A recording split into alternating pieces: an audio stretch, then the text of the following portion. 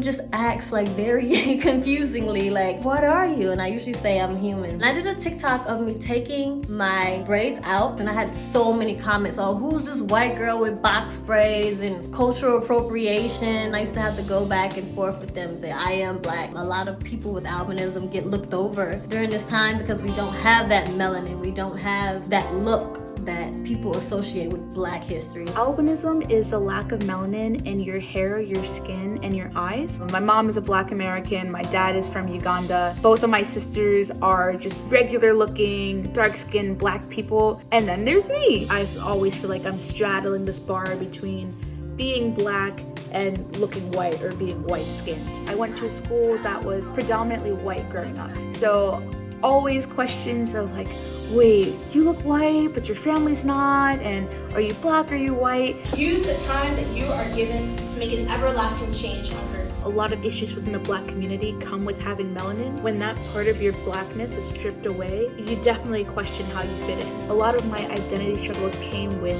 me thinking that I wasn't black, when in reality, I'm just a black person with a condition that happens to be albinism. My mother and my grandmother both have albinism. A lot of people confuse me for being white or Caucasian or biracial. They don't really understand what albinism is. Just because we're lacking that pigment, that melanin, does not take away from the culture that we are bred in, the culture that we are raised in. Once I started going to school, I became painfully aware that I was different from everyone else. I was the butt of the joke. The white boy, Casper, powder. I fit in nowhere. I also suffered from depression a lot of the time that I still deal with till this day. But the ridicule, the being pushed to the side, it left a lasting pain in my heart. I wish that people would stop using the term albino. The correct term that people should start using in 2021 is person with albinism.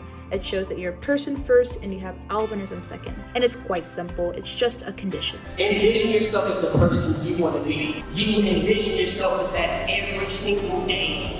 You write down goals for yourself to reach. You're trying to figure out, how can I make the most of this day? I want to use my pain of being born with albinism and the ridicule that I face to help other people. I wrote a book called The Colors of Oli. The Colors of Oli came from experiences I had as a child. It's about a child who has albinism. Essentially, Oli is a child who can see color where color doesn't exist. Oli can see color because he sees the beauty in everyone. I believe that my albinism is an accent to my person rather than my entire personality. I'm not defined by my albinism. I'm Black woman first. This is #OurStories. What's yours?